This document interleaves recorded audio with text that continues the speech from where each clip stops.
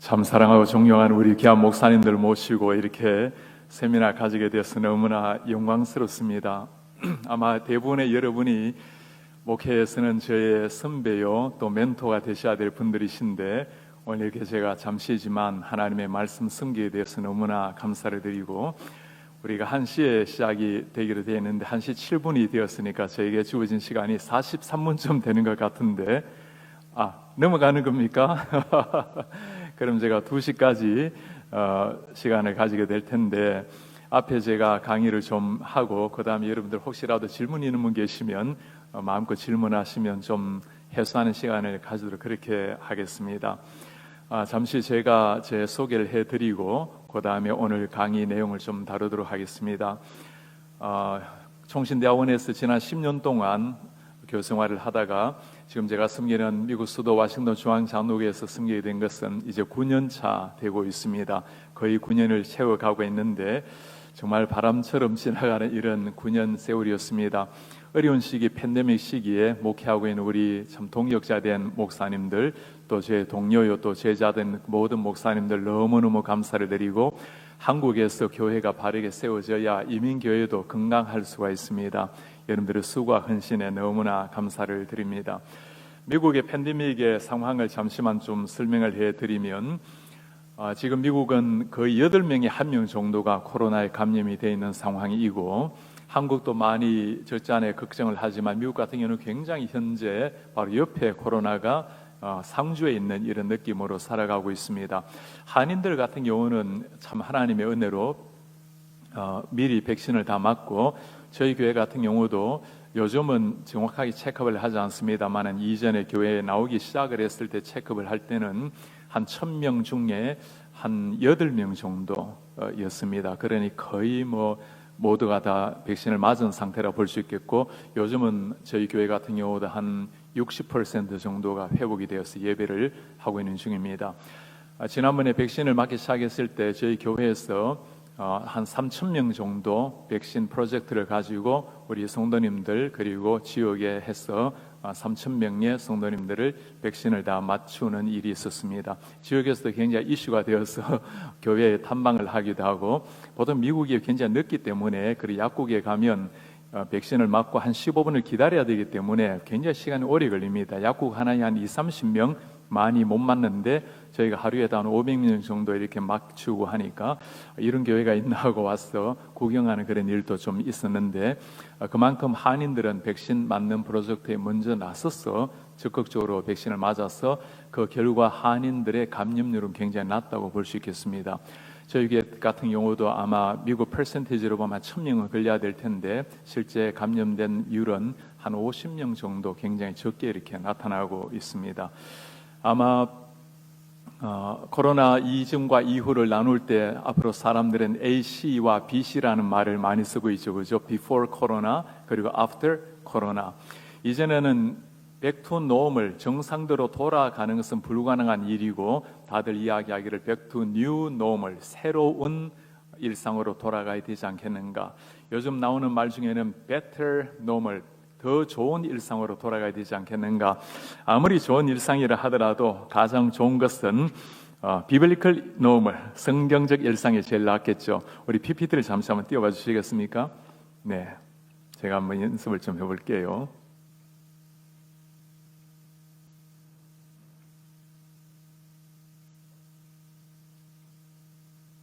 죄송합니다.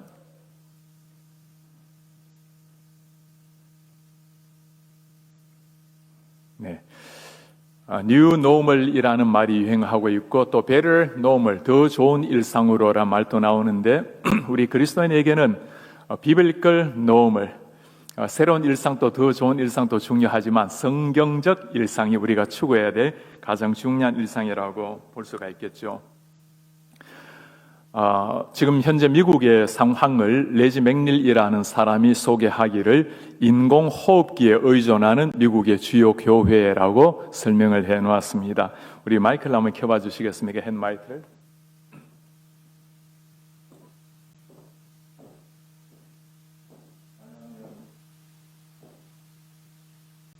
우리 목사님들 조금이라도 가까이서 이렇게 얼굴 보고 하는 게 좀 나을 것 같아서 레지 맥닐이라는 학자는 지금 현재 미국의 주요 교회를 두고 표현하기를 인공호흡기에 의존하는 주요 미국 교회라고 표현을 합니다. 아마 내일이 예상될 수 없는 이런 미국 교회 상황. 톰 레이라는 사람은 Church Answers라는 교회가 답한다라는 기관의 장이신데 이전에 서든 베프티스트의 교수님으로 계시다가 라이프웨이의 또 CEO로 있다가 지금은 적극적으로 교회 상황을 설명해주고 그 데이터를 내어서 제공해주는 아주 중요한 기관인데 요즘은 많은 교회가 이 기관의 데이터를 의존을 하고 있습니다. 아마도 포스트 코로나 이후의 시대가 되면 교인들이 30% 정도는 교회를 떠나지 않을까 이런 염려를 하고 있는데 아마 한국도 마찬가지가 아닐까 생각이 듭니다. 이런 어려운 시기 가운데 우리가 해야 될 앞으로의 일은 어떤 일인가? 많은 사람이 한국에 제가 들어와서 2주 동안 격리를 하고 그 다음에 지난주에는 다니엘 기도회 말씀을 나누고 또 이런저런 사역을 하고 있는데 한국에 들어와서 참 가슴 아픈 일은 어느 때보다도 한국 교회가 때론 비난을 받는 이런 현상, 사실 엄청난 오해 그리고 잘못된 정보, 우리 그리스도인으로 보면 굉장히 오해되고 억울한 일이 많은데 그러나 지금 일어나고 있는 한국의 현실을 참 보면서 너무나 마음이 아픈 상황입니다. 많은 사람이 이걸 두고 위기라고 이야기를 하는데 정말 위기 같은 상황이죠. 그리고 우리 목사님들 우리가 기억해야 될 것이 기독교 역사에 보면 위기가 교회를 무너뜨린 적은 한 번도 없었습니다. 그죠? 사실 로마 시대 때 그 수많은 사람이 피해 순교를 통해서 하나님의 복음의 확산을 가져온 게 초대교회 역사입니다. 로마 역사를 보면 한 150년, AD 150년 때 로마의 기독교인이 0.07%, 0.1%가 되지 않았습니다. 그것이 200년이 지나고 난 다음에 350년이 되었을 때는 53% 반 이상이 기독교인으로 바뀌게 되었습니다. 그 초대교회의 핍박을 뚫고 하나님의 복음의 증인이 되었을 때 일어난 것이 사도행전 역사 아닙니까? 중세도 마찬가지입니다. 중세 예수님을 바르게 믿는 것, 성경을 바르게 가르치는 것 때문에 사람들이 죽임을 당했던 이런 시대였죠. 이런 중세 어둠을 뚫고 일어난 것이 개신교 역사입니다. 한국도 마찬가지입니다. 복음이 들어왔을 때 십자가 복음이 우리나라에 있었을 때 일제차의 그 고통을 이겨낸 게 한국 교회였고 6.25는 어떻습니까? 아무것도 없는 잿더미 속에서도 오히려 교회는 비상을 이룬 게 한국 교회 역사입니다. 그래서 기독교 역사를 보면 고난이 우리를 무너뜨리는 것이 아니라 오히려 평안이 우리를 무너뜨리고 있죠. 그래서 우리는 이 어려운 시기에 고난을 뚫고 하나님 앞에 비상하는 교회를 이루어야 될 텐데 이것이 그냥 되는 건 아닙니다. 그죠? 초대교회에 얼마나 많은 사람들이 주님 앞에 생명을 잃었고 우리나라에 온 선교사님들 수많은 사람들이 그들의 자녀들을 이 땅에 묻었고 피의 복음을 통해서 이루어낸 역사입니다. 그래서 이 시대에 우리 목회자들이 특별히 우리 목회하는 목사님들이 정말 하나님 앞에 무릎을 꿇고 다시 한번 비상의 역사를 이루어야 위기를 뚫고 다시금 비상을 할 수 있지. 만일 여기에 이어서 우리가 한번 주춤거린다면 기독교 역사를 보면 한번 무너진 기독교 나라가 다시 일어나는 경우는 거의 없습니다. 하나님께서 때가 되어서 이 촛대를 다른 사명을 위해서 중국이나 인도네시아나 인도로 옮기신다면 그건 하나님의 역사이지만 우리가 사명을 감당하지 못해서 옮겨버린다면 얼마나 안타까운 일이 아니겠습니까? 무엇을 가지고 이 시대에 우리가 다시 한번 이 위기를 뚫고 기독교의 비상을 이루어 나갈 것인가? 제가 오늘 간단하게 7가지 설교, 포스트 코로나 이후에 설교 자세에 대해서 몇 가지 좀 나누려고 합니다. 첫 번째는 한 편의 설교보다는 한 사람의 설교자가 더 중요하다는 겁니다. 우리는 지금 워낙 설교를 잘하는 목사들을 선호하는 시대가 보니까 설교가 너무 중요해 있지만 설교의 중요성은 뭐 아무리 강조해도 지나치지 않습니다만은 아무리 설교가 중요하지만 설교도 목회 가운데 설교가 있는 거죠. 우리는 설교 한 편을 잘 만들려고 애를 쓰지만 그러나 우리 하나님께서는 한 사람의 좋은 설교자를 만드시는 것이 하나님의 관심입니다. 하나님의 관심, 한 사람의 설교자를 만들어내는 것. 사실 한 사람의 설교자가 탄생이 되면 한두 번 설교를 준비 잘하면 한두 번 설교 잘하겠지만 한 사람의 설교자가 준비가 되면 평생 주님이 원하시는 말씀을 바르게 증거할 수가 있겠죠. 어떤 설교자가 되어야 될 것인가? 말씀 앞에서는 우리는 해석자로서 있지만 그러나 청중들, 그 성도들 앞에서는 전달자로 서 있다고 봐야 되겠죠. 그러니 하나님의 말씀도 바르게 이해해야 되겠고, 우리가 전달하는 대상, 우리 청중도 잘 이해를 해야 되겠고, 그래서 말씀 앞에 해석자요, 청중 앞에 전달자의 자세가 꼭 필요하다고 볼 수 있습니다. 제가 예수님의 마음과 바울의 열정으로 하러 이렇게 말씀을 드렸는데, 바울과 같은 열정에 포효하는 그런 각오도 필요하지만, 성도를 향한 따스한 마음, 강단에 섰을 때 한 사람의 설교자 이전에 한 사람의 목자로서 성도들을 대하는 그런 마음. 그러니까 설교자는 따스함이 있어야 되죠. 마음속에 어머니 같은 심정을 가진 사람. 제가 이전에 수원제일교회 우리 유기환 목사님께서 조금 건강이 좋지 않으셨을 때 1년 동안 설교 부탁을 받은 적이 있습니다.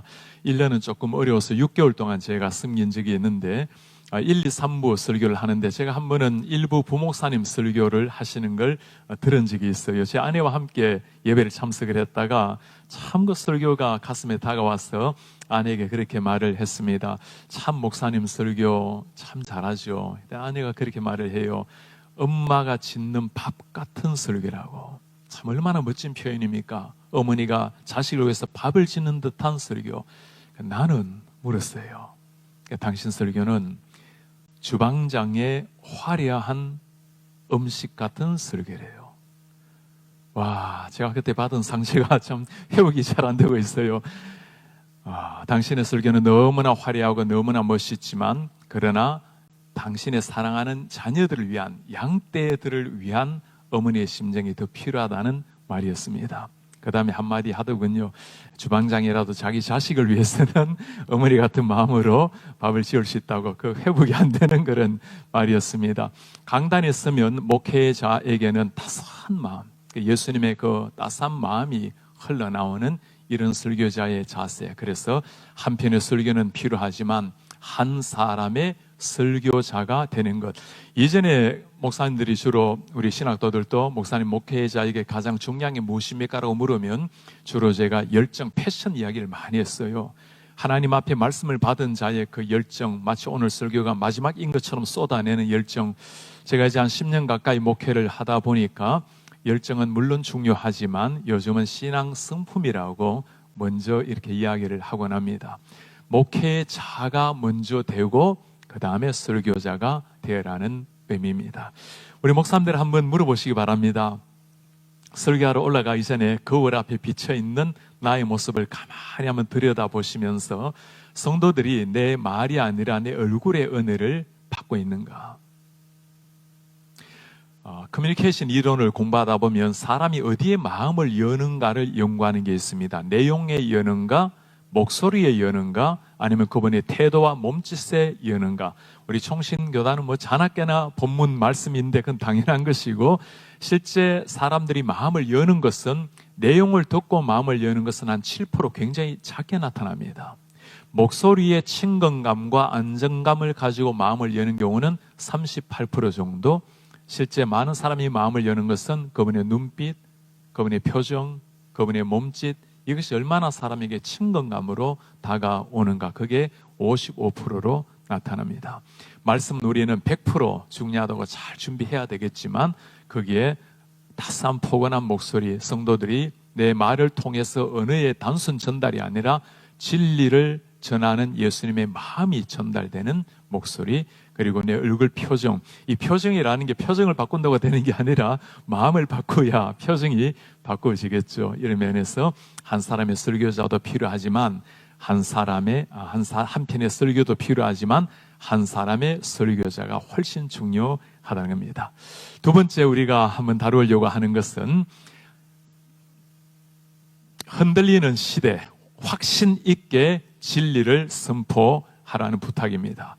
흔들리고 있는 이런 시대, 지금은 진리 자체가 흔들리고 있는 이런 시대를 맞이하고 있죠.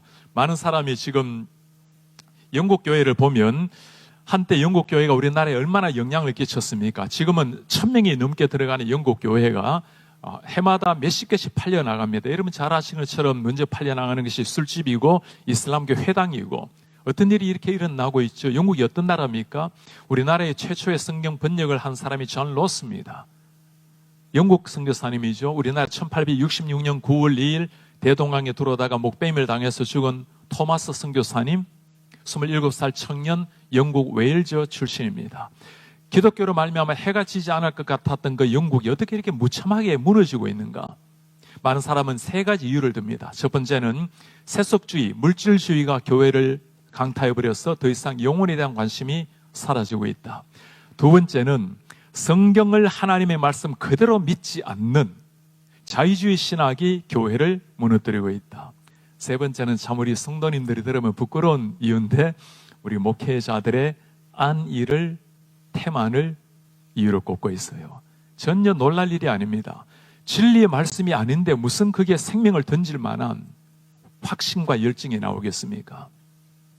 진리가 흔들리고 있는 이런 시대에 오늘날 미국도 마찬가지죠. 여러분 이번에 존 바이든 대통령이 대통령 취임할 때 미국이 아직 기독교 전통이 있기 때문에 목사님을 모시고 기도를 하게 합니다. 그 기도문 한번 보셨나요? 우리 한번 보시도록 하실까요? 기도문 한번 돌려주시겠습니까? We pray for divine favor upon our President, Joseph R. Biden, and our First Lady, Dr. Jill Biden, and their family. In the strong name of our collective faith,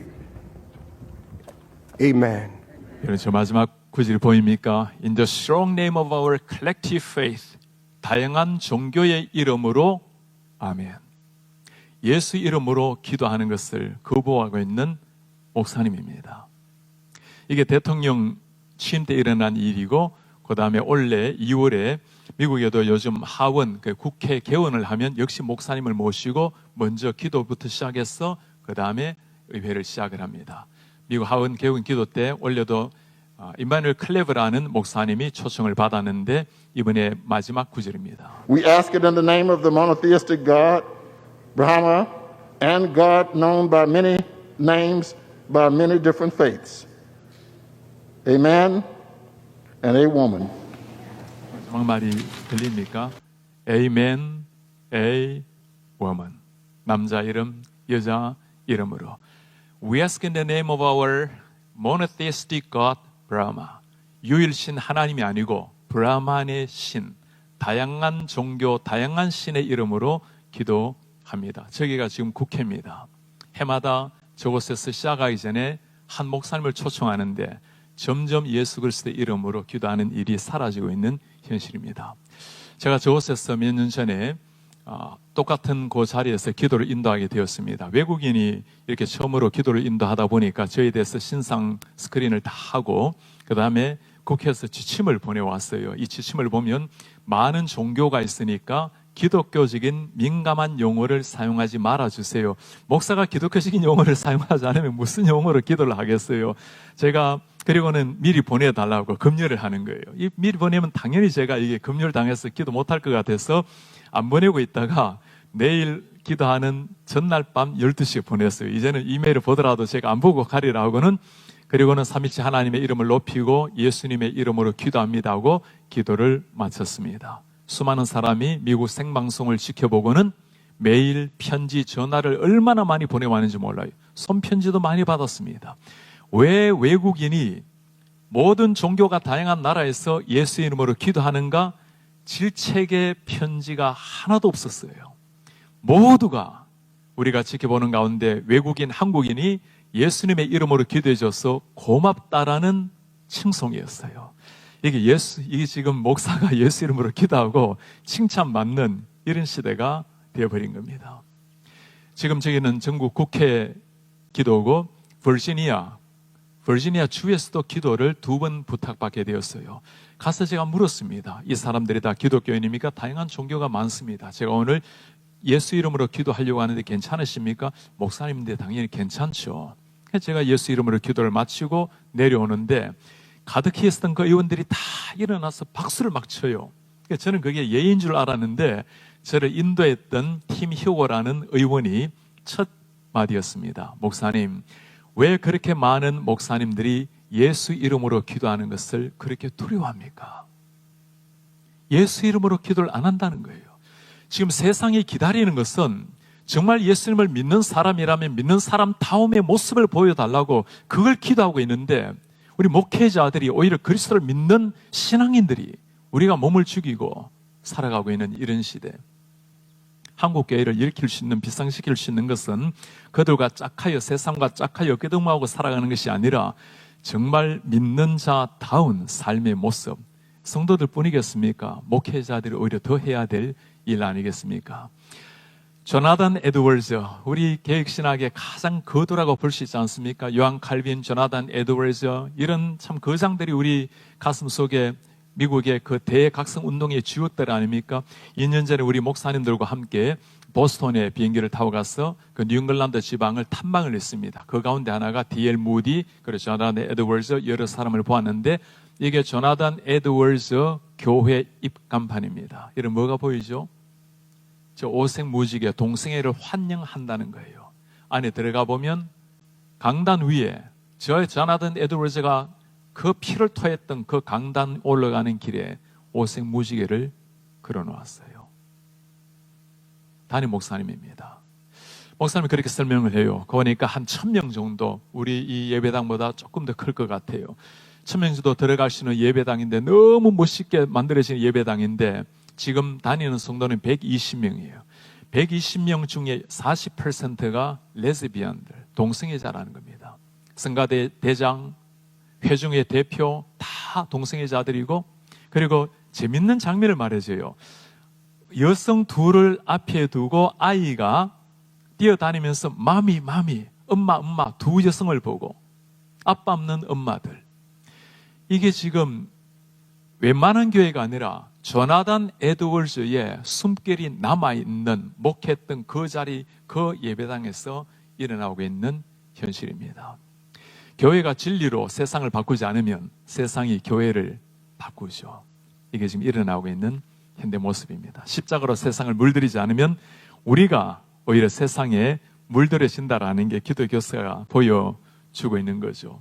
너무나 가슴 아픈 현실이지만 이게 지금 일어나고 있는 상황입니다. 현재 한국도 참 얼마나 무서운 시대를 맞이하고 있습니까? 오징어 게임이라든가 다양한 사회 현상을 보면 기독교를 향해서 어느 때보다도 강력한 공격을 하고 있는 이런 시대에 과연 우리가 무엇으로 지금 이 시대를 일어나서 진리의 복음으로 세상을 바꿀 것인가? 오늘 제가 우리 목사님들에게 꼭 이것 한 가지 먼저 말씀을 드리고 싶습니다. 우리가 믿고 있는 진리 말씀을 정말 우리가 믿고 전하고 있는가? 내가 전하는 말씀을 나는 정말 확신하고 강단에 올라가고 있는가? 제가 처음에 신학 공부를 하고 설교를 하면서 두 가지 주님 앞에 세약을 한 것이 있습니다. 하나는 이런 상황이 되면 제가 강단을 내려오겠다라는 거였습니다. 하나는 진리 말씀을 믿지 못할 때, 어떻게 믿지 못하는 말씀을 어떻게 우리가 생명받쳐 전하겠어요? 두 번째는 어떤 이유든 간에, 상황적이든 어떤 이유든 간에 외부적인 상황 때문에 전해야 될 말씀을 전하지 못할 때, 진리의 말씀을 확신하는 것은 성도들에게 요구될 게 아니라 우리 목사님들입니다. 어느 강주민 목사님이 제가 한국으로 오시기 전에 그 전주에 저희 교회에서 설교를 하셨는데, 목사님이 설교 중에 그렇게 말씀하시더라고요. 한 목사님이 아주 은혜롭게 설교를 전했습니다. 한 성도님이 오셔서 목사님에게 그렇게 말씀을 하셨어요. 목사님, 오늘 말씀하신 것을 목사님 꼭 믿으시기 바랍니다. 목사가 바르게 확신하고 믿어야 그런 성도, 그런 교회를 만들어낼 수 있겠죠. 어디에서 헌신이 나오는가? 우리 목사님들 잘 알잖아요. 우리가 그 청년 시절 또 신학교 들어갈 때 정말 십자가에 든 그 감격, 하나님의 복음에 대한 열정, 잃어버린 영혼을 향한 예수님의 눈물, 그것이 가슴에 새겨졌을 때 물불 가리지 않고 뛰어나다녔던 그 시절, 그 열정과 그 확신은 하나님의 말씀에 대한, 영혼에 대한 확신이 있어야 나올 수 있는 거죠. 오늘날 이 시대에 누가 설교할 수 있는 사람이죠? 다양한 설교 기법도 있고 다양한 설교 방법이 있지만 정말 하나님의 영광의 낯빛을 볼 수 있는 사람, 확신을 가지고 강단에 설 수 있는 사람이 필요한 시대가 되었습니다. 세 번째, PPT를 넘기실래요? 네, 말씀을 쪼개려고 하지 말고 말씀 앞에 쪼개어지는 설교자가 되라. 우리 많은 성도님이 그렇게 기도하죠. 우리 목사님 말씀을 잘 쪼개어서 잘 전하게 도와주세요. 말씀을 잘 쪼개는 목사 한두 번 설교를 잘할 수 있겠지만 자기 자신이 하나님의 말씀 앞에 영혼이 쪼개어지고 바뀌게 되면 평생 하나님의 말씀을 바르게 전할 수가 있을 것입니다. 가끔 우리 기도하기를 주님 저를 십자가 뒤에 숨겨주시고 하시는데 저 십자가 뒤에는 벽밖에 없어요. 우리가 숨을 데도 없죠. 그죠? 주님 제가 미천하고 연약하지만 저희의 전인격을 통해서 하나님의 말씀이 선포되게 도와주십시오. 나의 모든 걸 사용하셔서 당신의 생명의 말씀이 나타내게 도와주십시오. 우리가 해야 될 기도입니다. 목회자들이 먼저 은혜를 받는 것. 필립 브룩스 목사님이 Joy of Preaching, 설교의 기쁨이라는 책에서 설교를 이렇게 정의를 해놓았습니다. Truth through personality, 인격을 통한 진리의 선포. 필립 브룩스라는 목사님은 보스턴에서 목회를 평생 하신 분인데 싱글로 하버드 출신으로 목회를 하신 분입니다. 보스턴 정권 역사에 이분 장례식 때 유일하게 평일날 문을 닫을 정도로 영향을 미쳤던 분입니다. 인격을 통한 진리의 선포. 우리는 설교가 무엇입니까? 하나님의 말씀을 바르게 전하는 겁니다. 그리고 영혼을 변화시키는 거죠. 옳은 말입니다. 그러나 진리의 말씀을 바르게 분별하고 능력 있게 전해야 되지만 우리의 전인격을 통과한 말씀. 지금 우리 한국 사회가 우리 기독교를 바라보고 왜 복음이 없냐고 소리치진 않죠. 왜 그리스도인다운 모습을 보여주지 않느냐고 소리를 치는 거죠. 가끔 우리가 입을 닫고 삶으로 전도를 해야 될 때가 있지 않습니까? A.W. 토지가 했던 말이 있죠. 우리 삶 자체가 최고의 성경 번역이다. 존 칼빈이 했던 말이 있습니다. 칼빈의 설교를, 칼빈의 글을 읽어보면 이 구절이 굉장히 많이 나와요. 설교자가 먼저 하나님의 말씀을 힘써 따르지 않는다면 강단에 오르면서 목이 부러져 죽는 편이 낫다. 굉장히 강렬한 표현인데 제가 2009년도에 요한 칼빈 탄생 500주년 때 프랑스 그리고 스위스 쭉 한번 순례한 적이 있습니다. 칼빈이 프랑스에서 태어났고 그리고 스위스로 도망가서 기독교 강요 때문에 곳에서 파레를 만나서 제네바에서 목회를 하게 되죠. 거기서 한 2년 정도 목회하다가 쫓겨납니다. 쫓겨나서 간 곳이 스트라스부르크에서 목회를 하다가 3년 반 목회하다가 다시금 제네바로 돌아와서 성 베드로, 성 피에르 예배당에서 25년 목회를 하시고 54살에 이 땅을 떠나셨어요. 그 요한 칼빈이 하는 말입니다. 내가 말씀을 전가하기 전에 힘써 따르지 않는다면 강단에 오르면서 목 부러져 죽는 편이 낫다. 교회당을 보면 쭉 길게 이렇게 직사각형으로 예배당이 만들어져 있습니다. 본래 중세 교회를 보면 저 오른쪽 또는 왼쪽에 계단식으로 꽈배기식으로 이렇게 높이 강대상이 있어요. 그래서 옛날 사람들 아주 목을 위로 쳐다보고 이렇게 설교를 들었어야 했는데 제가 그 강단 한번 올라가면서 그 칼빈의 이 말이 자꾸 되뇌어졌습니다. 이 계단을 올라가면서 내가 먼저 말씀을 힘써 지키지 않으면 목이 부러져 주는 게 낫다. 사람들은 칼빈을 개혁자요 또 교리 신학자요 말을 하지만 칼빈은 목회자였습니다. 그분은 1년에 268번 설교를 했고 평균 1년 186번 강해를 했어요. 설교는 프렌치로 누구나 알아듣는 말로, 강해는 고급 언어 라틴어로 했습니다. 칼빈이 한 일은 평생 설교하는 일이었어요. 하나님의 말씀이 바르게 선포되면 그 말씀으로 말미암아 사람의 삶이 바뀌면 그로 말미암아 진짜 변화가 일어나는 것. 그러니까 종교 개혁은 어떤 교리 싸움이 아니고, 교리 논쟁은 후대 사람이 많이 했지만 루터도 칼빈도 했던 일은 설교였어요.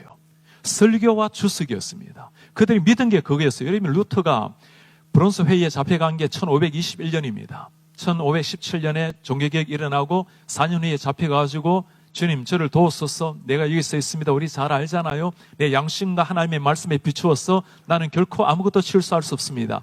그 다음에 루터를 한 사람이 잡아가지고 어디 피신시켰죠. 그게 프랑크푸르트의 발트부르크라는 성입니다. 거기 가면 루터가 옛날에 숨어 살았던 곳이 있어요. 그 숨어 살면서 융코에르크라고 아주 숨을 길게 이루고 살았는데, 여러분 루터가 거기서 했던 일이 뭔지 아십니까?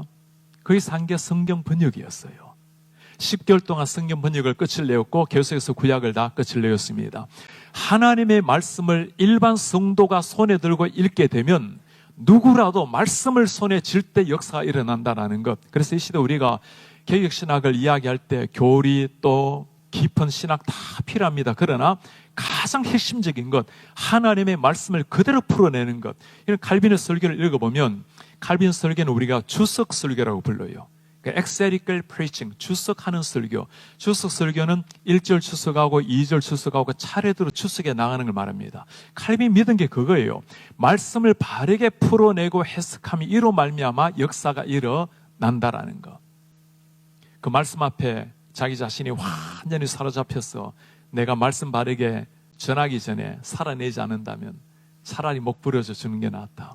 칼빈은 어느 정도 말씀을 실천하려고 했냐면 자신도 그렇지만 우리 개혁신학이 적용이 좀 약하다고 이야기하는데 뒤에 보면 제가 적용할 이야기가 있는데 개혁신학이야말로 가장 적용적인 삶에 뿌리 내리는 설교가 개혁신학의 설교예요.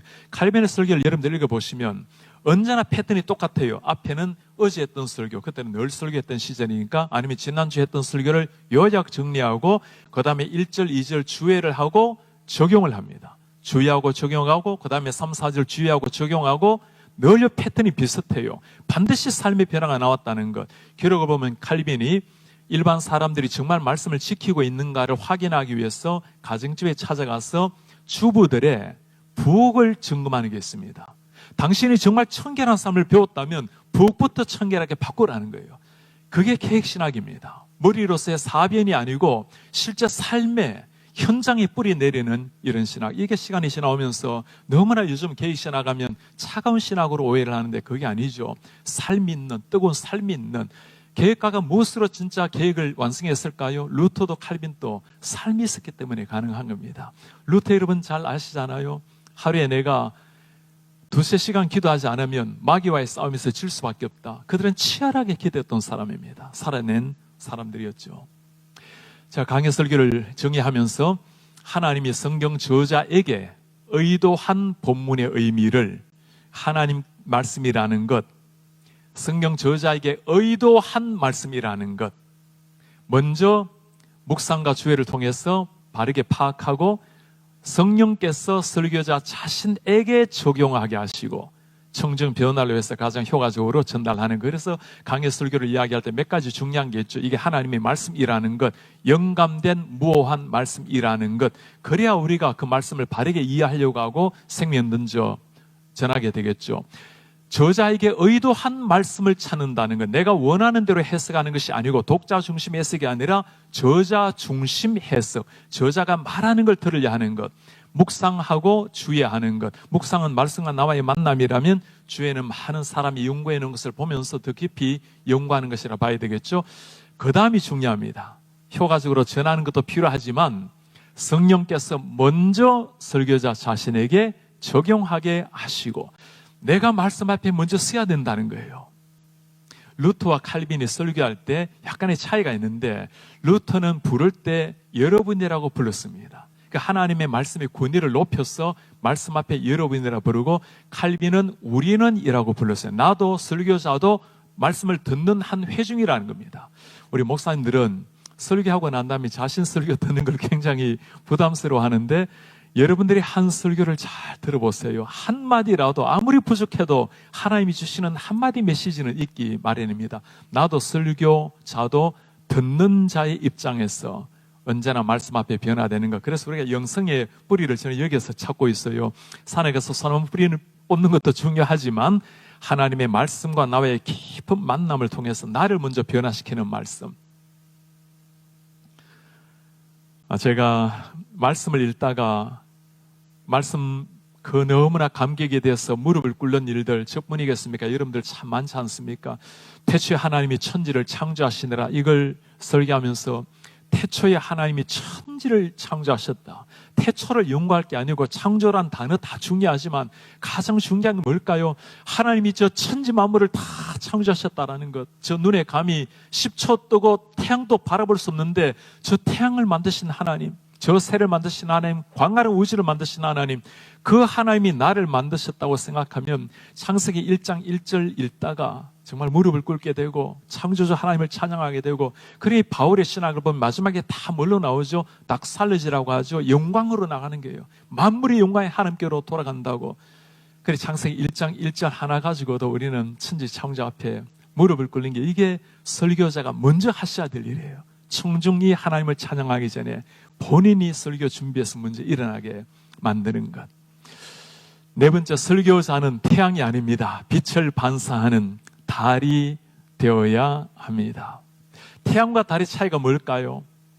태양은 스스로 발광을 합니다. 빛을 발하죠. 달은 빛을 반사할 뿐입니다. 강의 설교, 성경적 설교에서 가장 중요한 한 질문이 있다면 이겁니다. 내가 본문을 지배하는가? 아니면 본문이 나를 지배하는가?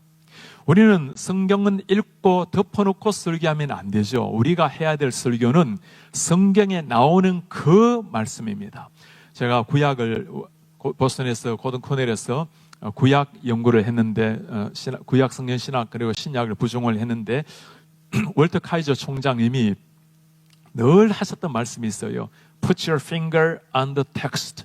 네 손가락 하나를 텍스트에 두고 설교하라. 청중을 눈은 바라보지만 손가락 하나는 텍스트에 두고 설교하라는 겁니다. 말씀에서 떠나지 말라는 거죠.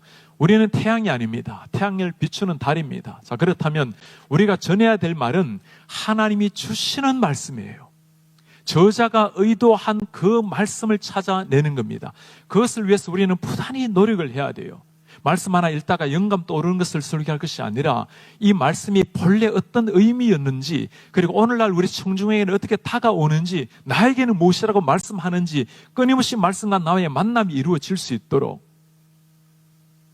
태양을 바르게 비추려면 우리가 해야 될 일은 뭘까요? 정말 구름 하나 없는 깨끗한 달이 되는 거죠. 그리고 태양빛을 다 받아서 말씀을 그대로 비추었을 때 사람들에게 그 뜨거운 진리 말씀이 그대로 전달되도록, 그리고 달의 역할은 태양을 비추는 것이기 때문에 우리가 모든 것을 다 했다 할지라도 우리는 칭찬받을 게 하나도 없는 거죠. 모든 것 다 태양 대신 하나님께 맡겨야 될 일입니다. 존 칼빈이 한 말이 있어요. 설교자가 하나님의 대언자라는 말 우리가 참 많이 사용하고 있는 말이죠. 하나님의 대언자라면 하나님이 하신 말씀을 그대로 전하는 겁니다. 나라의 대사입니다. 왕이 전하는 말을 그대로 전파하는 것. 먼저 저자의 뜻을 구하라. 그래야면 모든 조경이 따라 나올 것이다. 아무리 조경이 필요하지만 우리가 먼저 관심을 기울여야 될 것은 하나님이 무엇이라고 말씀하셨는가. 우리가 이를 두고 영어로 표현하면 이렇게 되겠죠. What it meant. 그것이 무엇을 의미했는가. 당시 때 의미를 삭제해버리고 오늘날로 넘으면 안 되겠죠. 그죠? 그 다음에 오늘날 적용은 What it means. 오늘날은 무엇을 의미하는가.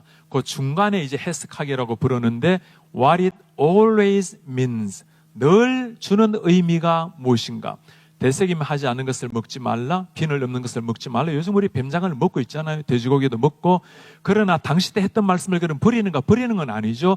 What it meant에서 What it always means를 찾아야 됩니다. 언제나 그 말씀이 하려고 하는 것이 뭔가 성결하지 않다라고, 정결하지 않다고 여겨졌던 짐승들이죠.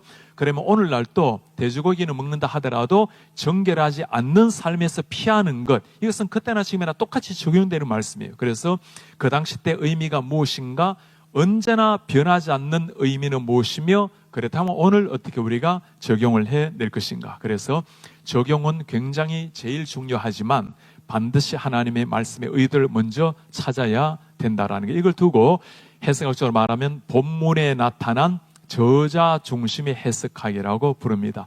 이 해석학은 저도 해석학에 대한 책이 제 사무실에 한 500권은 넘는데 제 해석학 논문도 참 많이 발표를 했습니다.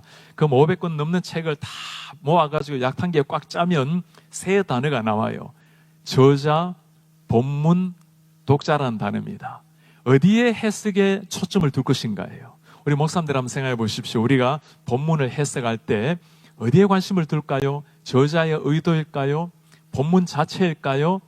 아니면 저자일까요? 이전에 많은 우리 사람들은 본문이 역시 중요하죠. 이 본문이 당연히 중요합니다. 그죠? 그러나 본문도 중요하지만 저자를 알아야 본문이 바르게 나오겠죠. 엄마가 너무너무 화가 났어요. 야, 차라리 그냥 집을 나가. 그 오랜만에 순종한다고 애가 집 나가면 또 큰일 나는 거예요. 그죠? 엄마의 마음을 봐야 되겠죠. 너 참 잘났네. 자, 이게 칭찬일까요? 냉소일까요? 그 말하고 있는 사람의 눈을 봐야 돼요. 정말 잘날 수도 있고 칭찬할 수도 있고 아니면 냉소적인 말이 될 수도 있죠. 글자 자체, 본문 자체가 아니고 그 말을 하고 있는 사람의 눈빛을 보아야 된다는 겁니다. 그래서 언제나 본문에 나타나 있는 저자 중심의 해석학, 이게 지금 많은 이 경건한 교단에서도 무너지고 있는 게 현실입니다. 이제는 독자 중심으로 넘어가서 의미는 우리가 원하는 대로 부여할 수 있지 않는가. 우리가 의미를 부여하는 것이 아니고, 부여하면 어떻게 되죠? 그거는 바울의 신학이고, 그거는 동성애는 바울이 쇼비니스트라서 남성 우월주의자라서 하는 이야기고, 이게 이제 독자 비평에서 다 넘어온 거죠. 그죠? 하나님이 말씀하신 그 저자의 의도를 먼저 찾아내는 것. 저자의 의도를 관심을 가지게 되면, 이걸 좀 잠시 학문적으로 좀 설명해 드리면, 본래는 저자 중심의 해석이었어요. 왜냐하면 우리도 다 그렇잖아요. 나보기가 역겨워 가실 때는 죽어도 눈물 아니 흘려오리다. 눈물 안 흘리겠단 말입니까? 아니잖아요. 가지 말라는 애틋한 마음 아닙니까? 문자가 아니라 그 말하고 있는 그 사람의 마음을 읽어야 되겠죠. 그죠? 본래 저자 중심의 해석학이 쭉 오다가 1930년대에 이르러서 변화가 일어납니다. 문학적으로 말하면 뉴 크리티시즘이라고 부르는데 신비평이라고 부르죠. 그죠? 당시 때 이 신비평의 대가들이 우리가 잘 아는 T.S. 엘리어트였어요. 황무지로 1920년대 노벨 문학상을 탄 사람. 그 황무지를 쓴 엘리어트의 서성이 에즈라 파운드입니다. 그 에즈라 파운드가 엘리어트이 황무지를 써서 웨스트랜드를 써서 가져왔더니 그냥 반 토막을 냈어요. 다 죽었어. 겸손하게 그걸 발표를 했는데 그게 노벨 문학상까지 받게 되었죠. 그들이 했던 일이 뉴 크리티시즘이라는 게, 신비평. 그럼 옛날 비평은 뭔가? 저자의 의도를 찾아낸 게 옛날 비평인데, 신비평은 이제 저자는 그만 이야기하자. 저자는 죽었다는 거예요. 죽은 저자를 왜 이야기하느냐? 우리는 텍스트밖에 없는데 텍스트만 이야기하자. 그게 소위 신비평이고, 이게 기독교 사회도 확 돌아버린 겁니다. 저자가 죽은 게 아니죠. 많은 사람은 성령이 없고 하나님의 말씀이 아니라고 말하니까 저자가 죽었다고 말하지, 우리는 성령을 믿고 성령의 영감으로 겼던 말씀을 믿기 때문에 저자가 눈에 보이지 않을 뿐이지 저자의 의도를 찾아내려고 하는 거죠. 그러다가 60, 70년대 넘어가면서 이제는 본문이 의미도 없다. 의미라는 거 읽는 사람 따라서 다 달라지는데, 그러니 독자표도로 넘어가자. 이게 지금 오늘날 일어나고 있는 포스트 모던 시대에 내 마음대로 성경을 해석해 들어가는, 그래 되면 아까 말씀드렸던 동성애자, 심지어 더 무한대로 막 마음대로 해석하는 시대가 다가오는 거죠. 그럼 이걸 설교 어떤 식으로 적용을 해야 될까요? 성경 어떤 말씀을 읽더라도 하나님의 마음이 뭔가, 해가 지도록 분을 품지 마라. 이걸 가지고 이제 연구를 할 때, 해가 지지 않도록 해가 질 때까지 분을 품지 말라. 해가 지는 시간이 몇 시인가? 6시인가? 수평선을 넘어갈 땐가? 어두워질 땐가? 이런 연구하는 목사들 되면 안 돼요. 하나님이 말씀하려고 하는 게 뭘까요? 하나님의 그 사랑, 용서를 안다면 우리에게 주어진 시간은 오늘밖에 없기에 해가 지도록 분을 품지 마라. 하나님이 세상을 이처럼 사랑하사 독생자를 주셨으니, 많은 사람은 세상 연구한다고 시간을 보내요. 세상 우주 만물을 말합니다. 택자들만 말합니다. 사람들만 말합니다. 너무 그런 데 신경 쓸 게 아니라 이 말씀이 진짜 하려고 하는 게 있잖아요. 세상을 그만큼 사랑해서 독생자 하나밖에 아들을 주셨는데, 그 믿는 자마다 영생을 얻으리라. 영생을 설명하고 믿는 의미는 다 설명하는데, 정말 안타깝게 외치고 있는 아버지의 마음을 설교하지 못한다면 그게 하나님의 마음을 모르는 설교가 되는 거예요.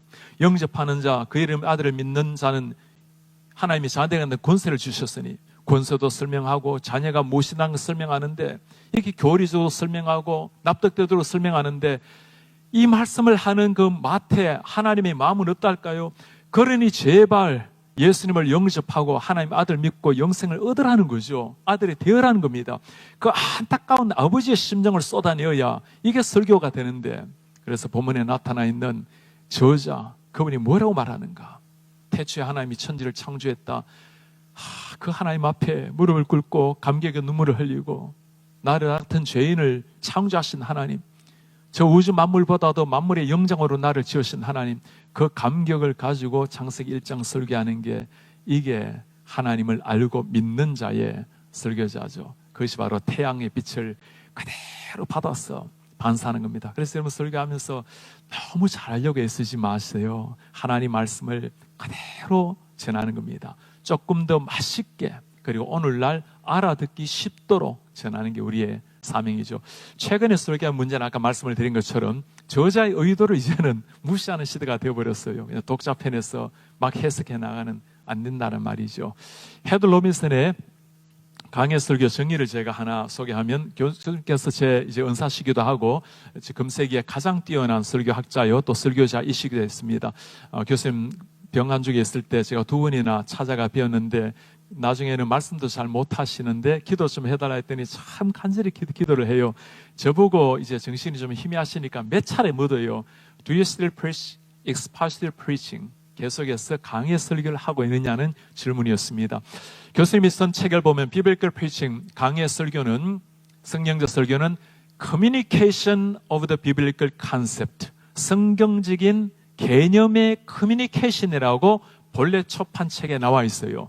그런데 2001년도에 2005년도에 교수님을 두란노의 부탁으로 한국에 초청을 하게 되었습니다. 제가 4월 동안 그때 통역도 하게 되었는데 교수님께서 그때 이 단어를 바꿔요. Biblical preaching is the proclamation of the biblical concept. 성경의 내용을 선포하는 것이다. 아직 책은 저렇게 안 고쳐졌는데 그래서 제가 교수님 이게 왜 커뮤니케이션이 아니고 이제는 proclamation 선포가 되었습니까? 했더니 교수님이 내가 40년 동안 설교를 하고 가르쳐 보니까 결국에 설교라는 것은 커뮤니케이션이 아니라 선포라는 것. 하나님의 진리의 말씀을 확신 가지고 태양빛을 받아서 그대로 선포하는 것. 오늘날은 이런 기능이 참 약해지고 있죠. 이제는 막 선포하는 걸 부담스러워하는 이런 시대. 좋은 선포를 좋게 커뮤니케이션을 해야 되겠죠. 5번째, 성경의 어느 것을 찔러도 예수 그리스도의 피가 나오게 하라. 브라이언 채플 여러분 잘 아시죠? Christ-centered preaching, 예수 그리스도 중심의 설교, 금세기 최고 뛰어난 설교학자요 또 설교자이기도 합니다. 우리 같은 교단 미국의 카버넌트 총장 20년 동안 하다가 시카고에서 8년 동안 목회하시다가 이제는 우리 같은 교단에 할 수 있는 PCA 미국 교단의 총무로 섬기고 서기로 섬기고 있습니다. 원래 여름에 제가 고든 코넬의 박사과정 가르치러 갔다가 교수님도 마침 가르치러 오셨다가 함께 일주일 동안 있다가 왔게 된 제 박사 논문의 지도 교수님 중에 한 분이기도 했습니다. 이 교수님도 2001년도에 두란노 부탁으로 제가 초청을 해서 4월 동안 통역을 하면서 설교 세미나를 가지게 되었습니다. 이 책은 여러분들이 한 번 정도는 꼭 보시면서 어떻게 예수님을 가장 바르게 전할 수 있는가의 책이라 볼 수 있습니다. 예수 그리스도 설교 말하면 우리 한국 교회가 모든 게 다 부족해도 예수의 복음이 확실했던 나라였습니다. 마포 3열 잘 아시잖아요. 우리 총신 세우신 분. 마포 3열이 1890년에 한국에 들어왔습니다. 26살 나이에 황주에 도착해서 하나님 앞에 했던 기도문이 있어요. 내가 이 조선 땅에 예수의 십자가 이외에는 아무것도 증거하지 않기를, 오직 십자가의 도만 증거하기를. 마포 3열은 1000개가 넘는 교회와 학교를 세웠습니다. 많은 신학자들과 달리 이분은 책 한 권 제대로 남기지 않았어요. 그러나 십자가의 복음이 있었기에 한국교회는 오늘까지 이렇게 흔들림 없이 오게 된 겁니다. 예수님의 성경 해석을 보면 모든 구약 성경을 모세율법, 선지자 글, 시편, 나를 가리켜 기록했던 모든 것이 이루어져야 하리라. 예수님의 성경 해석을 한마디로 말하면 그리스도 중심 설교라고 말할 수 있습니다. 제자들도 마찬가지 요한복음에 이것을 기록한 것은 예수께서 하나님의 아들 그리스도임을 믿게 하려고, 그 이름을 믿고 생명을 얻게 하려고, 한마디로 예수 믿고 구원얻게 하려고 이 모든 말씀을 기록한다는 겁니다. 바울도 마찬가지예요. 어려서부터 성경을 알고 있는데 성경은 너로 하여금 예수 안에 있는 믿음으로 말미암아 구원에 이르는 지혜가 있게 하느니라. 구약 모든 성경이 예수 믿고 구원에 이르게 하는 것. 가끔 그런 사람들이 있죠. 구약 사람들 어떻게 구원을 얻는가요? 당연히 다가오실 메시아를 바라보면서 구원 얻는 거죠. 천하 예수 그리스도의 이름 이외에는 구원 얻을 이름이 없는 겁니다. 그래서 우리 오늘날 설교자들은 예수님도 그렇게 설교하셨고 바울 제자들 성경 기록 목적 자체가 예수 그리스도의 구원의 은혜입니다. 그래서 구원의 복음과 그리스도로 말미암는 성화의 복음, 우리가 전해야 될 복음입니다. 마르틴 루터 예수 그리스도 중심 설교라 말하죠. 루터는 좀 심할 정도로 본문을 때로는 잘못 해석하는 풍요적인 해석도 가끔 나오지만 잘못 해석해도 하여튼 예수님을 잘 전한 사람이 마르틴 루터예요. 요한 칼빈은 모든 설교에 그러진 않은데 대부분 설교가 아까 주석 설교를 했잖아요. 맨 마지막에는 반드시 예수님께로 연결하는, 창세기 읽어보면 100% 다 예수님께로 연결을 하고 있습니다. 우리 개신학의 거장이었던 쯔빙글리 역시 예수 중심의 설교라고 말할 수 있어요.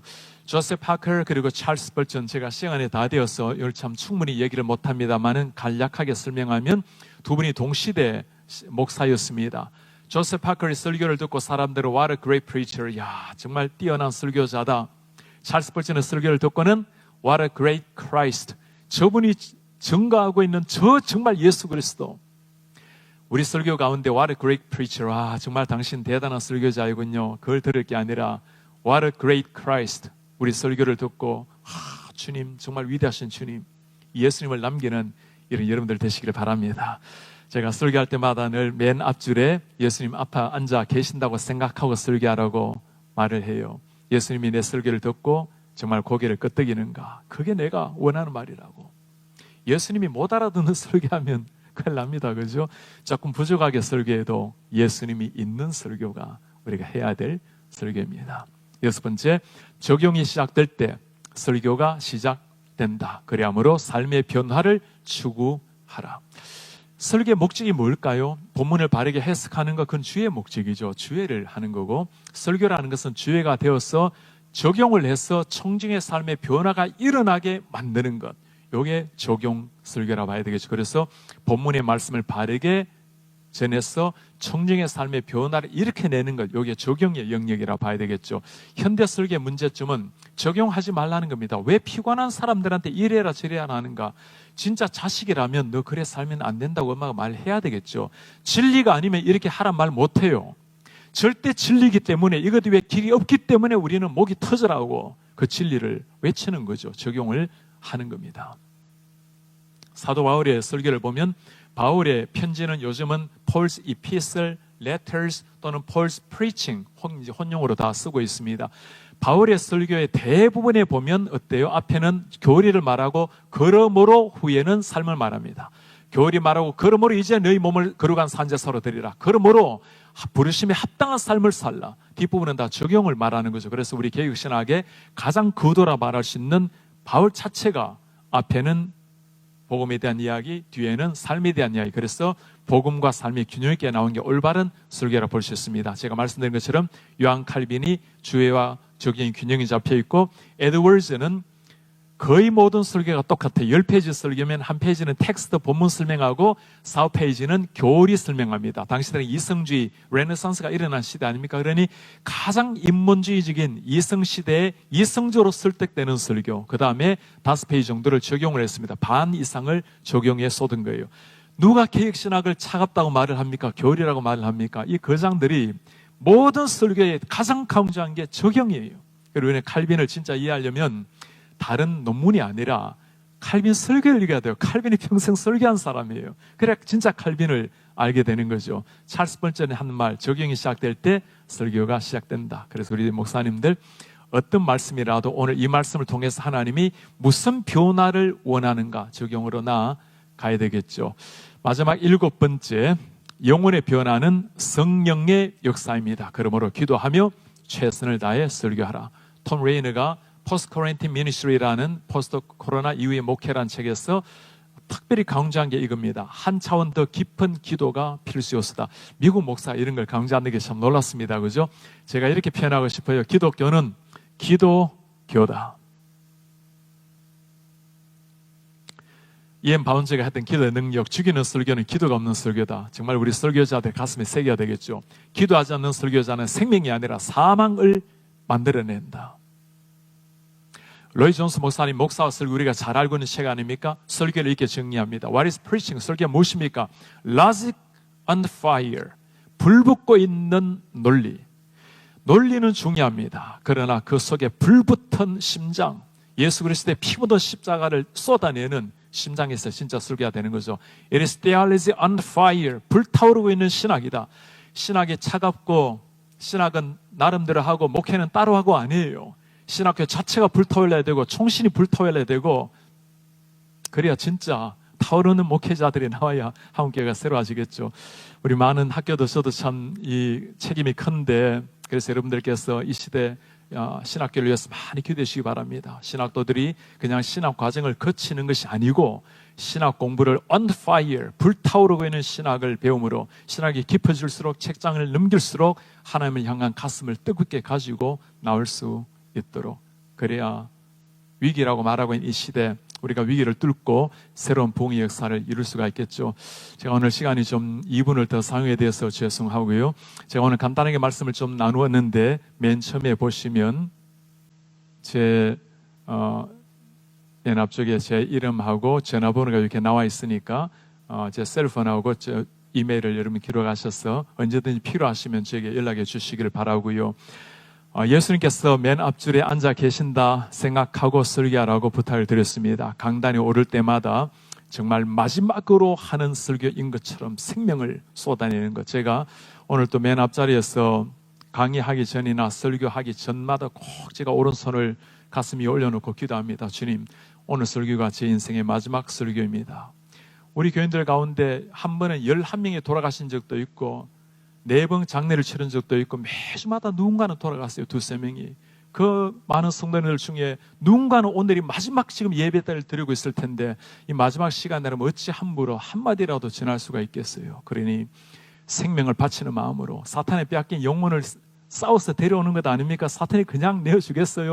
생명을 바쳐도 어려운 일인데 그러니 마지막 설교인 것처럼 강단에 설 때마다 진리의 복음, 십자가의 복음을 쏟아내어서 하나님의 능력으로 죽은 영혼을 살려내고 산자들을 거룩하게 세워내는 우리 목사님들 모두가 위기라고 하는 이 시기에 하나님의 말씀을 바르게 선포해서 진리의 말씀이 강수처럼 흘러서 진리의 말씀으로 교회를 새롭게 만들고 세상을 새롭게 만들어내는 진정한 개혁 신학의 바울의 예수의 후예가 되는 우리 목사님들 되시기를 축복합니다. 감사합니다.